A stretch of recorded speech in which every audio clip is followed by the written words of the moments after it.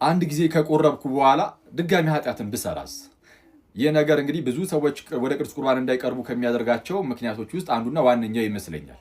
እንግዲህ ከዚህ ጋር በተያያዘ አስቀድመን ልንረዳ የሚገባው ነገር ምንድን ነው? አንድ ሰው ቆራቢም ሆነ አይቁረብም ኃጢአትን በፍጹም ሊያደርግ አይገባም። የመጀመሪያው እሱ መታወቅ ያለበት እሱ ነው።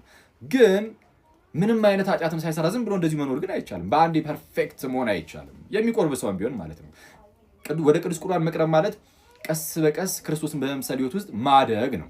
እድገት ውስጥ ደግሞ መውደቅ መነሳት አለ። ስለዚህ አንድ ሰው ከቆረበ በኋላ በቃ በአንዴ ፐርፌክት ይሆናል አይሆንም። እሺ፣ ስለዛ ሊወድቅ ይችላል። በድካም ውስጥ ሊወድቅ ይችላል፣ ሊገባ ይችላል። ግን እዚያ ግን ታላቅ የምስራች አለ። ቅዱስ ጳውሎስ በዕብራውያን መልእክቱ ምዕራፍ 4 ላይ የሚናገረው ምን ይላል? በድካማችን ሊራራልን የማይችል ሊቀ ካህናት ኧረ እኛ የለንም ይላል። የሐዲስ ኪዳኑ ሊቀ ካህናት ጌታችን ኢየሱስ ክርስቶስ ነው። ሊቀ ካህናቱ ኢየሱስ ነው እና ምን አለ? በድካማችን ሊራራልን የማይችል ሊቀ ካህናት ኧረ እኛስ የለንም እኮ። ስለዛ በድካማችን እኮ ይራራልናል ጌታችን ኢየሱስ እያለ ነው። ስለዛ በድካም ውስጥ ለሚወድቅ ሰው ጌታ እንደው ያይና ማለት ነው ኦኬ ወደክ ፍርድህን ጠብቅ እያለ ብቻ የሚመዘግብ የሆነ ዳኛ ብቻ ሆኖ የተቀመጠ አይደለም።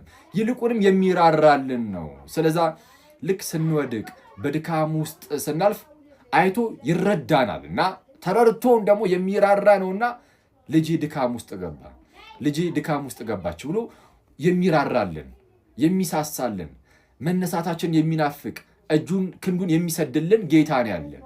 ስለዚህ ከኛ የሚጠበቀው በንስሐ ወደ እርሱ ዞር ማለት ብቻ ነው። ለዛ ነው ቀጠል አድርጎ ቅዱስ ጳውሎስ ምን የሚለው እንግዲህ ምሕረትን እንድንቀበል ይላል። ልክ እንግዲህ ምሕረትን እንድንቀበል በሚያስፈልገንም ጊዜ ደግሞ የሚረዳንን የሚያግዘንን ያንን ጸጋ እንድናገኝ ወደ ጸጋው ዙፋን በእምነት እንቅረብ ይላል። ስለዛ በእምነት ሆኖ ሰው በንስሐ ወደ ጌታ የሚቀርብ ከሆነ ወደ እግዚአብሔር የሚመለስ ከሆነ የኃጢአት ማስተሰሪያ የሆነ ጌታችን ኢየሱስ በአብ ዘንድ አለና የኃጢአት ስርየትን ደግሞ ድጋሚ እናገኛለን። እንዲህ ያለ ታላቅ ዕድልን ነው ጌታችን የሰጠን። ስለዚህ ቅዱስ ቁርባን እንቀበላለን።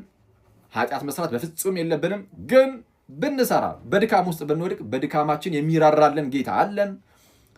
ጓጉቶ መመለሳችን የሚጠብቅ ጌታ ያለን ጋይስ። ይሄ እንግዲህ ተስፋ ካልሆነ ይህ ቃል እኔ የትኛው ቃል ተስፋ ሊሆን እንደሚችልም አላውቅም።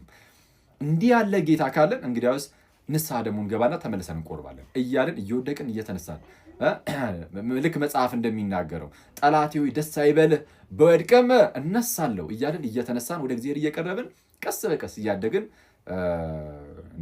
ራሱን ወደ ክርስቶስ እናድጋለን፣ እርሱን ወደ መምሰል እናድጋለን ነው።